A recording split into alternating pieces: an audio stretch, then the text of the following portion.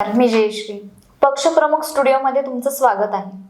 आज आपल्यासोबत अविनाश वाळुंजे, नाशिक येथील प्रसिद्ध आर्थिक गुंतवणूक सल्लागार आणि सामाजिक कार्यकर्ते, ज्यांनी गेल्या 20 वर्षापासून नाशिक नव्हे तर परराज्यात देखील आर्थिक आधारस्तंभ आणि सामाजिक कार्यकर्ता ही भूमिका बजावत आहे. 500 पेक्षा जास्त कुटुंबांचा डोलारा सर सांभाळतात. तर चला जाणून घेऊया साक्षरता म्हणजे काय. नमस्कार सर, माझा पहिला प्रश्न असा आहे की साक्षरता म्हणजे काय. साक्षरता म्हणण्यापेक्षा मी तुम्हाला सांगेल की आर्थिक साक्षरता ही अतिशय महत्त्वाची आहे. की गेल्या अनेक वर्षांमध्ये जेवढे कुठले सरकार आले त्यांनी साक्षरता मोहीम राबवलेलीच आहे. त्यामुळे भारतातील साक्षरतेचा दर हा वाढलेलाच आहे. पण आमच्या आर्थिक क्षेत्रात आपल्या देशात आर्थिक साक्षरता ही फार कमी आहे. मग आम्ही आर्थिक साक्षरतेच्या माध्यमातून समाज प्रबोधन करण्याचं काम करतो. यात तुमचा प्रश्न होता की साक्षरता म्हणजे काय, तर मी सोबत सांगेल की आर्थिक साक्षरता शिकायला हवी. मग आर्थिक साक्षरता म्हणजे काय, तर आपलं financial capacity of handling our assets. मग ते ॲसेट्स काय काय आहेत हाही विचार करूया. मग त्याच्यात काय असतं की जसं आपण डेबिट कार्ड आहे, क्रेडिट कार्ड आहे, ते आहे, जमा आहे, खर्च आहे, बचत आहे, गुंतवणूक आहे. हे सर्व आपलं स्वतःचं हँडल करायचं किंवा हे आर्थिक प्रश्न हाताळायचे याची जबाबदारीचं भान येणं म्हणजेच आर्थिक साक्षरता आहे. गुंतवणूक कशी केली पाहिजे. गुंतवणूक हा आर्थिक साक्षरतेतला अगदी शेवटचा टप्पा आहे आणि प्रत्येक जण शेवटच्या टप्प्याकडे जातो. अनेक तरुणांचं म्हणजे आता तुझं वय आहे 20 वर्ष, म्हणजे आता तू नुकतीच तारुण्यात पदार्पण केलेलं आहे, तुझा इन्कम सुरू झालेला आहे. मग तुझ्या डोक्यात काय असेल तर गुंतवणूक. म्हणून तुम्हाला सगळ्यात पहिला प्रश्न विचारला की गुंतवणूक कशी केली पाहिजे. पण गंमत अशी आहे की गुंतवणुकीपेक्षा माझा पहिला अनुभव सांगतो की आपल्याकडे आर्थिक त्रिकोण हा प्रकार कोणी समजूनच सांगत नाही. की आर्थिक त्रिकोणाचा पाया जो आहे तो आहे प्रोटेक्शन. मग प्रोटेक्शन मध्ये काय काय येतं तर आपला इन्शुरन्स येतं. इन्शुरन्स 2 प्रकारचे असतात, एक लाईफ इन्शुरन्स आणि एक हेल्थ इन्शुरन्स. हेल्थ इन्शुरन्ससाठी आपण मेडिक्लेम काढतो आणि काही हेल्थ पॉलिसीज घेतो. लाईफ इन्शुरन्समध्ये अनेक वेगवेगळ्या संकल्पना आहेत. प्रश्न तुझा गुंतवणुकीचा असला तरी मला डायरेक्ट गुंतवणुकीवर जायच्या अगोदर मला तुझं पाया भक्कम करणे हे गरजेचं आहे. आपल्या पॉडकास्टच्या माध्यमातून लोकांना आपण अगदी कमी वेळेत आर्थिक साक्षर नाही करू शकत, पण आर्थिक साक्षरतेचा पाया रचू शकतो.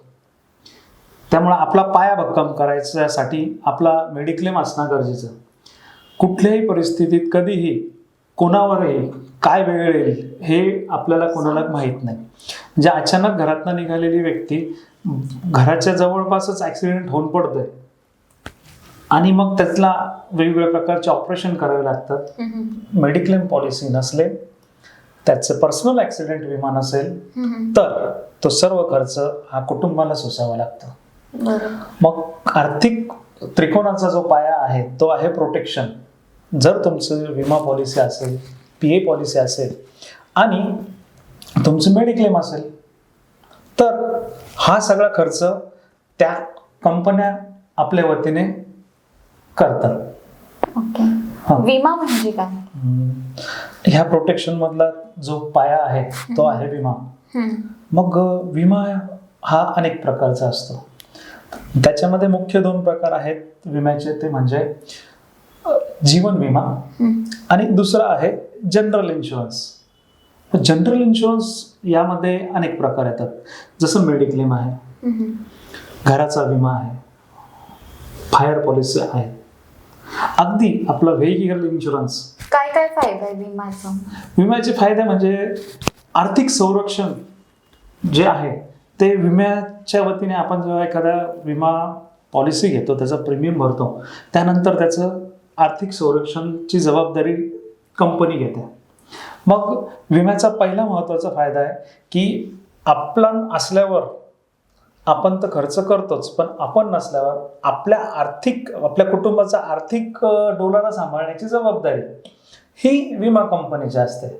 म्हणजे प्रोटेक्शनमध्ये आपल्या कुटुंबाचं आर्थिक प्रोटेक्शन करणे ही विमा कंपनीची जबाबदारी असते. सामान्य कुटुंबासाठी कोणता विमा फायदेशीर ठरेल? विम्याच्या अनेक प्रकार असतात. सर्वात महत्त्वाचा जर विमा असेल तर तो मेडिक्लेम इन्शुरन्स आहे. मेडिक्लेम हा आपला पाया आहे, कारण कितीही गरीब असो किंवा श्रीमंत असो तर सर्वांसाठी मेडिक्लेम पॉलिसी ही अतिशय गरजेची आहे. त्यासोबतच तुमच्या उत्पन्नावर आधारित तुमचा विमा असणे गरजेचे आहे. मग विमा कुठला? तर जीवन विमा. मग त्याचं महत्त्व कसं आहे की आपण त्याचे पैसे भरतो.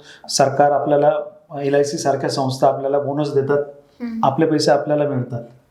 पण जर अचानक अघटित अशी एक घटना घडली तर त्या परिस्थितीत कुटुंबाचा आधार तुटतो आणि विमा हे कुटुंबाचा आधाराचं सर्वात मोठं असं शस्त्र आहे.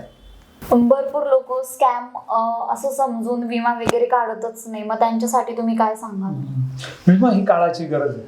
हा, पण मग स्कॅम म्हणून काढत नाही ना. आपल्याकडे एक पद्धत आहे की आपण आर्थिक साक्षर नसल्यामुळे वेगवेगळ्या स्कॅम मध्ये अडकतात. म्हणजे गेल्या काही वर्षात आपल्या नाशिकमध्ये साधारणपणे 350 ते 400 कोटी रुपये खूप ह्यूज अमाऊंट आहे. बरोबर. मग कोणी नेली ती? तर त्यामागे आहेत वेगवेगळ्या कंपन्या. मैत्रेसारखी कंपनी आहे, KBC आहे, इमो आहे, वेगवेगळ्या पतसंस्थांमध्ये लोक अडकलेले आहेत. ते का अडकतात हे महत्वाचं आहे. एकदम क्षणिक सुखासाठी गेलेली गुंतवणूक ही नेहमी महागात पडते. सोबत काय होतं की आपलेच लोक आपल्याला अडकवतात. बरोबर. आपल्या जवळचा माणूस त्यांचा प्रतिनिधी होतो आणि मग तो योग्य असं मार्गदर्शन न करता तो सांगतो की तुम्हाला बँकेत FD 6% आहे, तुम्हाला इथे आम्ही 15% देऊ, 20% देऊ. आणि गेल्या काही वर्षात शेअर मार्केटच्या द्वारे अनेक कुटुंब उद्ध्वस्त झाले आहेत की आपल्याच विश्वासू माणसाने पैसे घेतले आपले आणि त्याने दर महिन्याला 10%, म्हणजे वर्षाला होतात 120%. जर सरकारी बँक 6% देते आणि एक खाजगी व्यक्ती 120% देते परतावा, तर आपणही आपलं डोकं चालवावं. म्हणजे आर्थिक साक्षरता या अभियानात आम्ही सर्वांना एकच सांगतो की डोकं ठिकाणावर ठेवून गुंतवणूक करा. पण आपण क्षणिक सुखाच्या मागे लागून आणि खोट्या आकड्यांवर, अनेक खाजगी कंपन्या खोटे आकडे दाखवतात. लोकांना हे कसं समजेल की हा स्कॅम नाही किंवा हे रिअल आहे? यासाठी लोकांनी आर्थिक साक्षर होणं गरजेचं आहे. आणि कधी कधी असं असतं की आपल्याकडे बॅलन्स शीट पाहणे हा प्रकारच नाही. आपण घराचाच हँडल करत नाही तर लोकांच्या कंपन्यांचे बॅलन्स शीट पाहणार कुठून? नाही, सामान्य लोकांना लोक फसवतात, स्कॅम होतं त्यांच्यासोबत. मोस्ट ऑफ त्यांच्यासोबतच स्कॅम होतात. त्यांनी काय केलं पाहिजे? सामान्य लोकांनी आर्थिक साक्षर होणं हे अतिशय महत्वाचं आहे. मग सामान्य लोकांनी जसं आपण एक उदाहरण सांगतो की मेडिकल फील्डमध्ये अनेक मोठे कुटुंब सेकंड ओपिनियन घेतात. जरी आपला नेहमीचे डॉक्टर असला तरीही सेकंड ओपिनियन कडे जातात. पण सामान्य मनुष्य हा काय करतो की अरे मी जर 1000 रुपये गुंतवणूक करतोय आणि तो मला दर महिन्याला 100 रुपये देणार आहे, तर मग ते परतावा त्याला खूप जास्त वाटतो. त्याने एकच काळजी घ्यावी की त्याने सेकंड ओपिनियन घ्यावं. आर्थिक गुंतवणूक सल्लागार आज नाशिकमध्ये अनेक आहेत. बरोबर. अनेक उत्कृष्ट चार्टर्ड अकाउंटंट आहेत जे आर्थिक क्षेत्रात गेल्या 20-25 वर्षापासून काम करतात. अशा ज्येष्ठ लोकांचा सल्ला घेऊन त्यांनी कुठे गुंतवणूक करावी हे शिकून घेतलं पाहिजे. म्हणजे अनेक लोकांचे पैसे वेगवेगळ्या स्कॅम मध्ये अडकण्याचं कारणच आहे की आपला जवळचा माणूस कधी कधी फसवतो. बरोबर. आणि विमे पॉलिसीमध्ये अनेक लोक फसले गेलेत कारण खाजगी कंपन्यांनी सरकारी LIC म्हणून अनेक प्लॅन विकले. मैत्रीने तर अगदी बीड सारख्या जिल्ह्यात डोर टू डोर म्हणजे प्रत्येक घरातली व्यक्ती फसलेली आहे. मग तिथे काय झालं की आपल्याच शेजारची व्यक्ती आहे, आपलाच भाचा आहे, आपलाच पुतण्या आहे, तोच एजंट झालाय आणि तो कसा आपल्याला फसवल, हे आपल्याला आपण तिथे भावनेच्या भरात जी गुंतवणूक करतो यामुळे सामान्य माणूसच चिरडला गेलाय. मोठे लोक मोठ्या स्कॅम मध्ये अडकतात, छोटे लोक समूहाने अडकतात. बरोबर. हा डिफरन्स आहे. आजकालच्या नवीन युवा पिढीला तुम्ही गुंतवणूक बद्दल काय माहिती देऊ शकता? आजकालची तरुण पिढीला आज जी तरुण पिढी आहे यांना एक ड्रॉबॅक आहे की सगळं आयतं मिळालंय, कष्ट करायची सवय नाही आहे आणि मोबाईलवर बसल्या बसल्या त्यांना शेअर मार्केटमध्ये पैसे गुंतवून 2 दिवसात श्रीमंत व्हायचे. बरोबर. मग हे टाळण्यासाठी त्यांनी आर्थिक साक्षर होणे गरजेचं आहे. आर्थिक साक्षर का व्हावं हे आजकाल तरुणांना अनेक वेगवेगळे कॉलेजेस जे आहेत ते मार्गदर्शक म्हणून अनेक चांगल्या चांगल्या लेक्चररला पैसे देऊन बोलवतात आणि त्यांचं लेक्चर ठेवतात. मग ते कुठे मार्गदर्शन व्हायला पाहिजे ही पण एक पद्धत आहे. अनेक कॉलेजमध्ये लेक्चर देताना की ती व्यक्तीच फसवून जाते. बरोबर. पण त्यामुळे आपण आपल्या जवळचा स्थायिक मनुष्य की ज्याचा अनुभव मोठा आहे अशा व्यक्तीचं मार्गदर्शन ठेवावं. कधी कधी असं होतं की बाहेरचा माणूस येतो आणि मग तो तुम्हाला काहीतरी चुकीचं मार्गदर्शन करतो आणि तरुण पिढी क्षणिक सुखाच्या मागेच धावते. त्यांना इमिजिएट मनी ही संकल्पना त्यांच्या डोक्यात जी बसलेली आहे आणि गेल्या 4 वर्षात शेअर मार्केटचा वाढलेला प्रभाव यामुळे मुलांना असं वाटतं की अरे आपण आता आपल्या वडिलांचे 10 लाख रुपये गुंतवले की आपल्याला लाख रुपये महिना सुरू होणारच आणि मग ते वेगवेगळ्या कुठल्याही प्रकारचे ट्रेनिंग न घेता ते अडकून गेलेले आहेत. पण तिथे त्यांनी कुठल्या तरी प्रकारची ट्रेनिंग म्हणजे मनुष्य हा आयुष्यभर विद्यार्थी असतो. बरोबर. मग तरुणांचं तर शिकण्याचंच वय आहे. मग त्यांनी शिकून गुंतवणूक करावी. ती कशी करावी पण? गुंतवणुकीचे प्रकार अनेक आहेत. पण मग तरुणांसाठी असेल ना? तरुणांचं वय कमी असतं. त्यांनी शक्यतो विचार करताना लॉंग टर्म इन्व्हेस्टमेंट करावी. मग ती इन्व्हेस्टमेंट करावी कारण हे त्यांचं कमवण्याचं वय आहे, हे त्यांचं Long term ची गुंतवणुकीचं. कोणती इन्व्हेस्टमेंट त्यांच्यासाठी फायदेशीर असेल? LICचे अनेक प्लॅन आहेत की ते तुम्ही लॉंग टर्म साठी करू शकतात आणि त्याचा परतावा पण खूप छान मिळतो. पण आपल्याला असं झालं की मला 5 वर्षाची पॉलिसी करायची, 10 वर्षाची पॉलिसी करायची हेच आपल्या लोकांच्या डोक्यातनं जात नाही.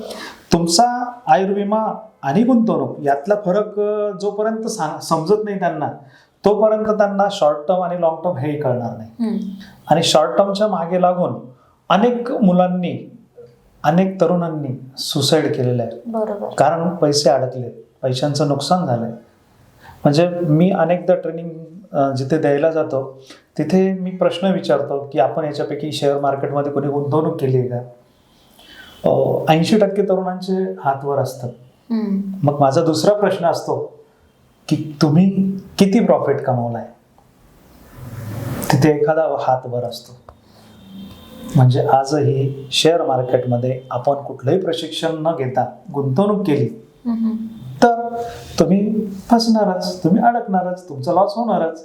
याऐवजी मी असं सांगेन की तुम्हाला शेअर मार्केटचं नॉलेज नाही आहे ना, मग तुम्ही म्युच्युअल फंडच्या द्वारे SIPच्या द्वारे गुंतवणूक करा आणि ती पण शॉर्ट टर्म साठी न करता लॉंग टर्म साठी करा. थोडक्यात माहिती सांगू शकता त्याबद्दल? एक लॉंग टर्म इन्व्हेस्टमेंटमध्ये म्युच्युअल फंडमध्ये कंपाऊंडिंग रेट ऑफ इंटरेस्ट असतो. म्हणजे ज्याला आपण मराठीत चक्रवाढ व्याज म्हणतो. चक्रवाढ व्याज आपण फक्त भरण्याचंच काम केलं यापूर्वी. ते कुठे? तर बँका आपल्याला चक्रवाढ व्याज लावतात. जे कर्ज घेतो आपण त्याला चक्रवाढ व्याज लावतात. पण देताना बँका फ्लॅट रेट ऑफ इंटरेस्ट देतात म्हणजे वर्षाला 2.5%. पण घेताना मात्र ते चक्रवाढ व्याजाने घेतात. तर म्युच्युअल फंड ही अशी संकल्पना आहे की यामध्ये आपले पैसे चक्रवाढ व्याजाने वाढतात. जसा विमा गरजेचा आहे तसंच म्युच्युअल फंड गरजेचं आहे. मग तुम्हाला याचा मेळ साधण्यासाठी सरकारने अनेक वेगवेगळ्या प्रकारचे प्लॅन्स तयार केलेले आहेत आणि योग्य व्यक्तीला योग्य प्लॅन घेणं गरजेचं आहे. प्रत्येकाला एकच प्लॅन घेणं गरजेचं नाही. कुठल्या वयापासून आपण चालू करू शकतो? विम्याची खरी गरज कधी असते हा प्रश्न, बरोबर ना? बरोबर. आणि गुंतवणूक कधी सुरू करायला पाहिजे? गुंतवणुकीसाठी मी सांगेन तुमचे स्वतःचे पैसे जेव्हा तुम्ही कमवायला सुरुवात कराल. म्हणजे वयाचं लिमिटेशन नाही का यामध्ये? तुम्ही वयाच्या 18 वर्षापासून पुढे संज्ञान असतात. त्याच्या अगोदरची तुमची इन्व्हेस्टमेंट असो किंवा तुमचा विमा असो याची जबाबदारी पालकांची असते. पालकांचा जर पूर्ण विमा झालेला असेल तर मुलांचा विमा काढावा. म्हणजे अनेक लोक मला म्हणतात की ही व्यक्ती बुरसटलेल्या विचारांची आहे. पण माझं वैयक्तिक मत असं आहे की पैसे वडिलांचे आणि पैसे पॉलिसी मुलाचे तर हे धोरण काही योग्य नाही. माझे पैसे आहेत ते माझ्याच उपयोगी यायला पाहिजे. आजकाल मुलांची गॅरंटी घेणार कोण? बरोबर आहे. जिथे आपले पैशाचे आपण आपल्या मुलांसाठी वापरू शकतो, पण मुलांच्या अकाउंटला गेलेले पैसे हे मुलं आपल्यासाठी वापरतील का? हा माझा प्रत्येक पालकाला प्रश्न असेल. त्यामुळे तुम्ही कुठल्या वयात गुंतवणूक करायला पाहिजे हा जो प्रश्न विचारला, यात मी तुम्हाला कुटुंबाचीच माहिती दिली की कुटुंबाने कसं गुंतवणूक करायला पाहिजे. आणि गुंतवणूक करायची आहे ना, आई वडिलांच्या पैशांवर तुम्ही गुंतवणूक करू नका. आई वडिलांच्या पैशावर तुम्ही थोडी मजा करा, तुमचं आयुष्य जगा, तुमचं एज्युकेशन घ्या, पण गुंतवणूक तुम्ही स्वतःच्या पैशांनी करा. खरंच सर, तुम्ही आज आर्थिक साक्षरतेवर खूपच महत्त्वाचं आम्हाला माहिती दिली, आमच्या प्रेक्षकांना पण माहिती दिली. आजपासून आमचे प्रेक्षक कुठल्याही गोष्टीला बळी पण नाही पडणार आणि आर्थिक साक्षरता काय हे आमच्या प्रेक्षकांनाही समजले आहे. धन्यवाद सर. थँक्यू. तर असेच नवनवीन व्हिडिओ बघण्यासाठी आपल्या चॅनेलला लाईक, शेअर आणि सबस्क्राईब करा. धन्यवाद.